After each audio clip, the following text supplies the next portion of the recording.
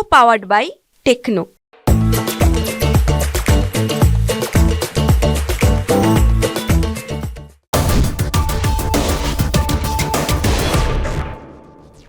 छोटे शेयर ऊंची छलांग, इसमें हम बात करेंगे, दर्शकों के सवाल लेंगे आज, क्योंकि काफ़ी सारे दर्शक हैं जो इस तेज़ी का फ़ायदा उठाना चाह रहे हैं। अंबर सिंघा जी का सवाल है, पटेल इंजीनियरिंग के शेयर हैं, इनके पास 1058 रुपीज़ के प्राइस के 5 साल का व्यू है। सनी सर, कैसा लग रहा है ये करंट पॉइंट्स पर? आई थिंक बने रहने की राय रहेगी। बीच में हमने देखा था कि पटेल इंजीनियरिंग में कहीं ना कहीं एक नेगेटिव न्यूज आई थी, जहां प्रमोटर का देहांत हो गया था। और मुझे लगता है कि अल्टीमेटली काफी रोबस्ट ऑर्डर बुक पर कंपनी बैठी हुई है। और अगेन इंफ्रास्ट्रक्चर का प्ले है। I think the fair value of the business is close to north of 80 rupees. I think बने रहने की राय रहेगी पटेल इंजीनियरिंग में। और मेन एक अच्छी बात यह है कि जो इन्वेस्टर है उनका होराइजन लंबा है, तो मुझे नहीं लगता है कि कोई घबराने की बात है। बने रहिए। I think fair value is close to 80 to 90 rupees with investment horizon of at least 2 year. जी, एक हमारे साथ दर्शक भी जुड़े हैं, पी मिश्रा जी जुड़े हैं। Mishra ji, good morning sir, पूछिए अपना सवाल। Good morning sir.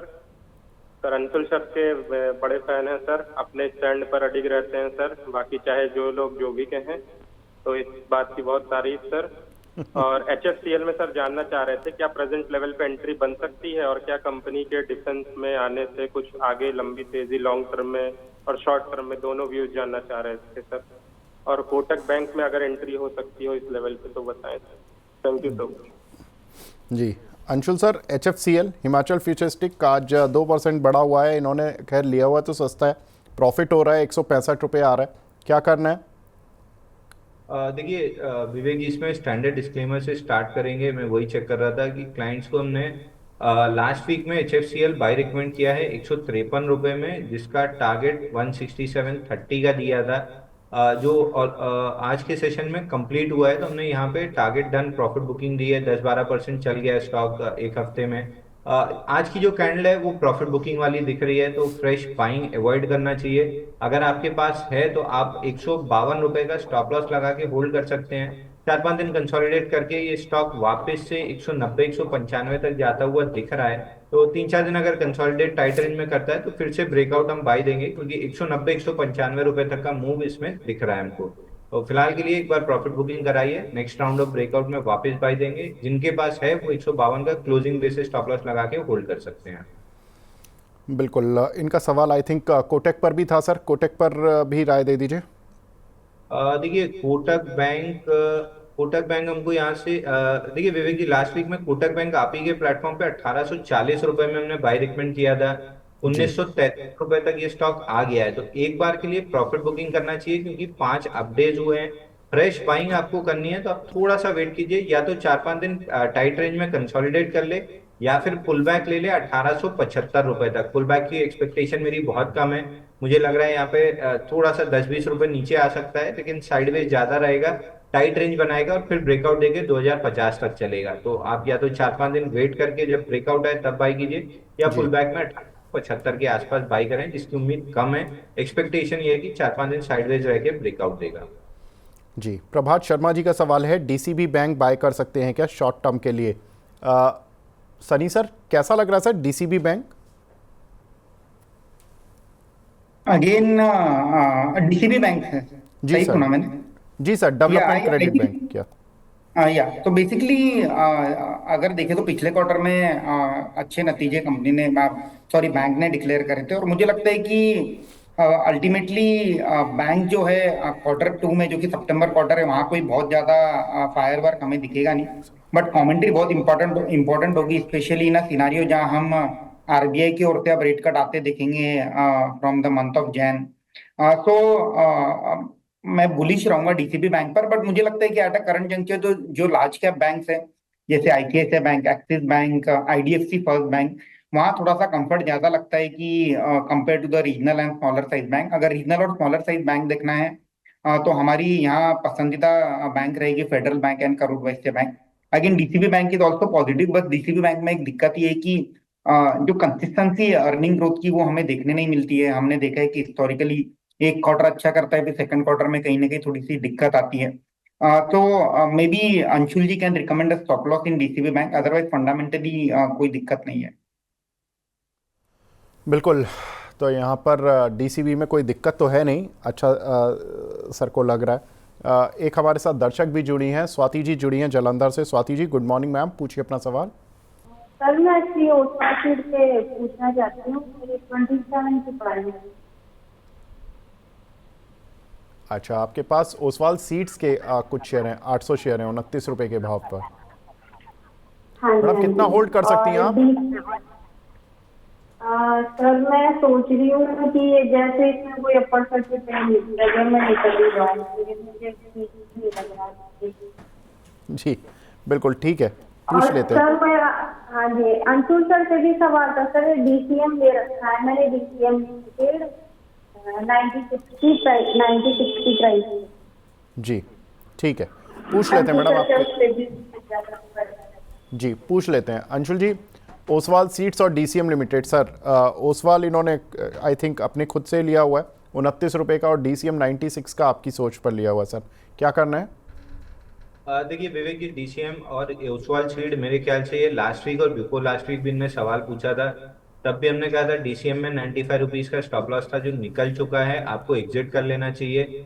अगेन वही सलाह रहेगी, आप अभी भी एग्जिट कर सकते हैं। ब्रेकआउट फेल हो चुका है, 5 रुपए का लॉस लेके आपको निकल जाना चाहिए था, नहीं निकले हैं तो अभी निकल जाइए। दूसरा ओसवाल सीड, मुझे याद है कि लास्ट 2 वीक से मैं इस पे कंटिन्यूअसली जवाब दे रहा हूँ। 29 रुपए का एक मेजर सपोर्ट था, उसके नीचे स्टॉक चल रहा है। यहाँ पे किसी भी तरह की अप्रूव नहीं है, केवल डाउन ट्रेंडिंग स्टॉक में एक पुल बैक आया था और उस पुल बैक में आप फंस गई हैं। आपको ऑलमोस्ट विपुल जी के शो में और आपके शो में भी 33 रुपीज से हम एग्जिट की सलाह दे रहे हैं। उसके बाद स्टॉक 24.50 24.5 तक नीचे आया था, करंट पुल बैक दिया है, पुल बैक के बाद वापस डाउन ट्रेंड आ रही है। जहां भी आप निकल जाएंगे वहां पे आप अपना पैसा बचा लेंगे। हाई लाइकली है कि स्टॉक अपना जो ऑल टाइम लो था 23 रुपए का, इसको तोड़ते हुए 17 साढ़े 17 रुपए के लेवल्स दिखाएगा। तो पिछले 2 हफ्ते से अगर आपने एग्जिट नहीं किया है तो आप कर लीजिए, अभी भी आपका कुछ हद तक पैसा बच सकता है। बिल्कुल। तो मैडम आपको दोनों ही काउंटर्स पर राय मिल गई होगी। सनी सर, लेकिन चूंकि मार्केट इस तरह के रिकॉर्ड लेवल्स पर चल रहा है, एफआईज की भी रिकॉर्ड बाइंग आ रही है, 14-14 हज़ार करोड़ रुपए एक एक दिन में डालने के लिए मजबूर हो गए हैं सर। ट्रेंड यही बताता है कि ज़बरदस्त जब इतनी बाइंग रहती है तो हज़ार पॉइंट निफ्टी चल जाता है।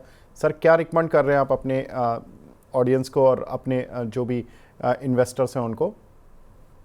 विवेक ji, right now although market life high पर है, बट थोड़ा सा रिस्क रिवॉर्ड लार्ज कैप में फेवरेबल लगता है, और इसी के चलते हमने हमारे क्लाइंट्स को फ्राइडे को महिंद्रा एंड महिंद्रा रिकमेंड किया था। हमें लगता है कि again a play on tractor as well as SUV as well as उनकी जितनी भी सब्सिडीज है, whether is the tech Mahindra, Mahindra financial services, वहाँ भी एक टर्न अराउंड होते हैं हम देख रहे हैं। तो एमएनएम हमने रिकमेंड किया है with an upside of 15% and investment horizon of 6 to 12 month, Mahindra and Mahindra. और दूसरी पसंद हमारी अगेन सेम सेक्टर से हीरो मोटो कॉर्प है, जहां हमें लगता है कि वैल्यूएशन के तौर पे टू व्हीलर सेगमेंट में one of the cheapest company है। FY26 के अर्निंग पर 22 टाइम ट्रेड हो रही है as compare to TVS and Bajaj which are trading at more than 30 times price to earning multiple. At the same time Ather energy और हीरो फिनकॉर्प का जो IPO है अगले 3 से 6 महीने में ड्यू है, इसके चलते भी एक पॉजिटिव नैरेटिव हम ये कंपनी में बिल्ड होते हैं देख रहे हैं।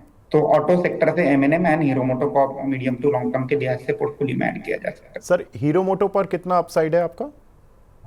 हीरो मोटो कॉर्प में बेसिकली मैं अगर 25 का पी मल्टीपल लेता हूँ FY26 पे, तो मेरा 6800 का टारगेट आता है, और अगर मैं 30 का पी मल्टीपल लेता हूँ, आई डोंट नो वो सीट देगी कि नहीं, जिस तरह से बजाज ऑटो और टीवीएस मोटर चल रहे हैं, तो मुझे लगता है कि 7900 का प्राइस टारगेट पॉसिबल है। अगेन यहाँ इन्वेस्टमेंट हॉराइजन लंबा रखना होगा, ये ऐसा नहीं हो सकता है कि लार्ज कैप कंपनी तुरंत 1 या 2 महीने में चलेगी। Obviously investment horizon has to be more than 12 month. बिल्कुल। तो हीरो मोटो कॉर्प पर यहाँ से 10 से और करीब 25% तक का अपसाइड है, और एमएनएम में सर ने 15% के अपसाइड के लिए इसको भी बाय कॉल इनिशिएट किया था। अंशुल जी आपकी रडार पर कौन से शेयर्स हैं? देखिए विवेक जी, पहले अपडेट दे दूं। लास्ट वीक हमने कोटक बैंक दिया था 1840 पे, 1933 100 रुपए बढ़ गया है। आईसीआईसीआई बैंक 1254 पे दिया था, 1362, यहाँ भी अच्छी मूव आई है। टाइटन 3775 में दिया था, उसका टारगेट हो गया है। मैरिको ऑलमोस्ट टारगेट से 4-5 रुपए नीचे रह गया है, 710 रुपए आ गया, 715 का टारगेट था। तो ये चारों में प्रॉफिट बुकिंग करनी चाहिए। 2 स्विंग ट्रेड दिए थे, कैंपस 314 से 360 रुपए हो गया है, स्किपर 375 रुपए से 469 रुपीज आ गया है। आज ही स्किपर में बड़ी ब्रेकआउट आई है। तो इन सारे स्टॉक्स में पहले प्रॉफिट बुक करके अपना कैपिटल खाली करना चाहिए। और फ्रेश दो ट्रेड्स मेरे को दिख रहे हैं। पहला है टाटा पावर, जहां पे ब्रेकआउट आ रहा है। ऑलमोस्ट 94 डेज का कप कैंडल पैटर्न बना हुआ है और एक फ्लैगिश पैटर्न का ब्रेकआउट है। इसमें स्टैंडर्ड डिस्क्लेमर दे दें, हमने अपने क्लाइंट्स को सुबह बाय रिकमेंड किया था, तो क्लाइंट्स लॉन्ग हो सकते हैं। थोड़ा सा लोअर प्राइजेस पे हमने रिकमेंड किया था, 4-5-6 रुपए वहां से बढ़ चुका है। बट यहाँ पे भी आपके दर्शक बाई कर सकते हैं 454 पे। 440 रुपए का स्टॉप लॉस रहेगा ऑन द क्लोजिंग बेसिस। और 490 पे एक फिबोनाची एक्सटेंशन का रेजिस्टेंस है, वहां पे अगर नहीं अटका, उसको स्लाइस थ्रू कर गया तो 510-515 रुपए तक ये स्टॉक आराम से जाता हुआ दिखेगा। दूसरा स्टॉक हमको जो तेज लग रहा है वो है मुथूट फिनेंस का। मुथूट फिनेंस में यहाँ पे एक ब्रेकआउट आया था, और ये ब्रेकआउट जो आया है ये फ्राइडे के सेशन में शेकआउट के बाद आया है। मूविंग एवरेजेस के अंदर डीपली पेनिट्रेट करके स्टॉक ने towards the end of the session recovery दी थी और हैमर के साथ क्लोज किया था। तो वीक लॉन्ग्स कंप्लीटली शेकआउट हो चुके हैं फ्राइडे के सेशन में, शुरुआती सेशन में, और अब स्ट्रॉन्ग हैंड्स के हाथ में माल है। जैसे ही ये स्टॉक 2015 के ऊपर निकलता है, बढ़िया मोमेंटम बनना स्टार्ट होगा, तो करंट मार्केट प्राइस से प्रीएम्प्टिव बाय कर सकते हैं। 2015 के ऊपर मोमेंटम आना स्टार्ट होगा। 1980 रुपए का क्लोजिंग बेसिस का अगर आप स्टॉप लॉस लगा लेते हैं तो 2070 रुपए आपको इमीडिएटली मिल जाएगा। 2070 पे अगर वॉलेटिलिटी और तेजी, अच्छी मजबूत तेजी दिखती है, तो प्रॉफिट बुकिंग करने के पहले एक बार सवाल जरूर पूछिएगा, हो सकता है स्टॉक एक्सटेंड कर जाए। बिल्कुल। तो अंशुल जी की टॉप पिक में मुथूट फाइनेंस, यहाँ पर अपसाइड मिल सकता है आपको 2070 तक का। 1980 रुपये के स्टॉप लॉस लगाने, यानी कि 32 रुपये नीचे का स्टॉप लॉस, और लगभग आपको 50 रुपये ऊपर के टारगेट्स मिल जाएंगे। अंशुल जी की दूसरी पिक जो थी वो थी टाटा पावर, जहाँ पर कि आपको 454 पर खरीदना है, 14 रुपये का स्टॉप लॉस लगाना है, और करीब 36 रुपये ऊपर के आपको टारगेट मिल जाएंगे। 490 रुपये का टारगेट उन्होंने रखा है। सनी सर ने हमें 2 कॉल दी ऑटो सेक्टर से। पहली कॉल थी हीरो मोटोकॉर्प, जहाँ पर कि 6064 पर चल रहा है काउंटर। 6800 रुपये का पहला टारगेट है। अगर ये पार करता है तो रिव्यू करना है कि इसको 30 का पी मल्टीपल मिलेगा या नहीं मिलेगा। अगर 30 का पी मल्टीपल मिलने की एक गुंजाइश लगती है स्ट्रीट में, तो ये 7900 तक भी जा सकता है। दूसरा काउंटर है महिंद्रा एंड महिंद्रा, जहाँ पर कि अंशुल सनी सर का मानना है कि ये काउंटर करीब 15% यहाँ से बढ़ सकता है। तो 3000 का 15% लगभग 400 से आई थिंक करीब 450-500 रुपये बैठेगा। तो ये आपको करीब 3500 रुपये के टारगेट, आप इसमें 3400-3500 के बीच में आप टारगेट देख सकते हैं। सनी सर, आप हमारे साथ जुड़े सर। अंशुल जी, आप भी हमारे साथ जुड़े सर। बहुत बहुत शुक्रिया हमसे जुड़ने के लिए, अपना प्रीशियस टाइम देने के लिए। को पावर्ड बाय टेक्नो।